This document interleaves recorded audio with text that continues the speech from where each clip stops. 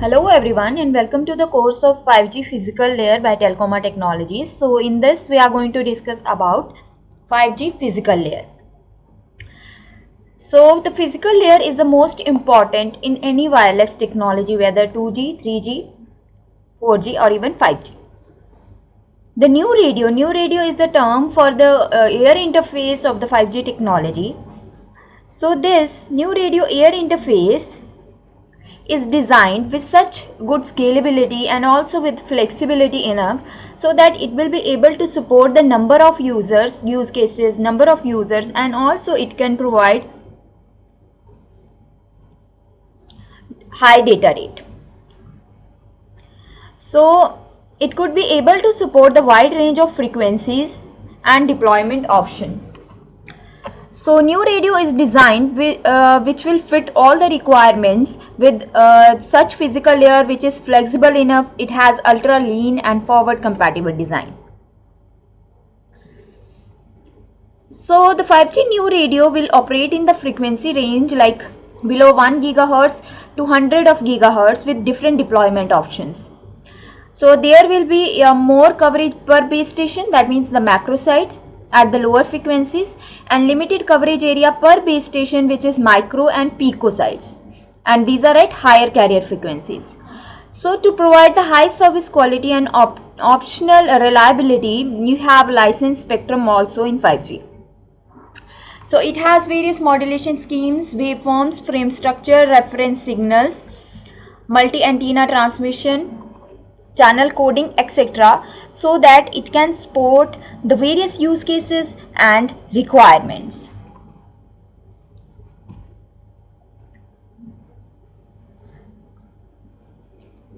Now duplexing. 5G new radio uses existing time division duplex and frequency division duplex transmission and reception techniques. They operate at higher frequency bands.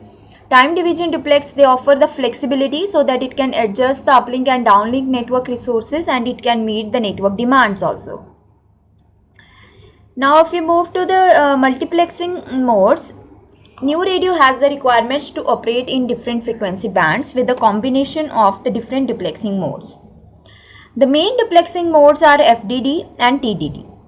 Frequency division duplex utilizes a separate frequency for the downlink and uplink, and time division duplex utilizes a single frequency and alternates the downlink and uplink transmission in time. For 5G, the choice of FDD and TDD is mainly based on the spectrum allocation and frequency band which is chosen. Let's have a look to the FDD. It has a different frequency for uplink and downlink, F1 and F2. Whereas in time division, there is a switch in time and the single frequency. We can see the F1 as a frequency and time is being varied. Supplementary downlink, SDL, it is known as SDL. So this use of SDL is related to providing a capacity boost in the downlink. The frequency range 1427 MHz to 1518 MHz which are made available for this operation, supplementary downlink operation. Both LTE and 5G new radio specifications include these bands which resides between these frequencies. Now if the SDL is lower than the primary band, suppose you have a primary band and then you have SDL band also. So if this frequency is lower, then the coverage footprint will be larger and extra coverage cannot be used. Why? Because this is due to the device which needs uplink provide uplink control information. This is SDL. We can see here, this is the uplink and the downlink coverage, the green color bar. Now SDL, this is the main FDD TDD band, NR band, and then F2 is the supplementary downlink band. Supplementary uplink. This also support, new radio also support the supplementary uplink which is known as SUL. Here the primary band provides good downlink and uplink coverage. However, as a result of the power limitations, uplink coverage is actually reduced because the power of the device is less as compared to the base station.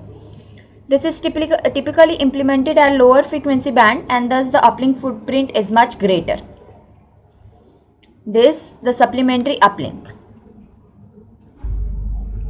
Thank you.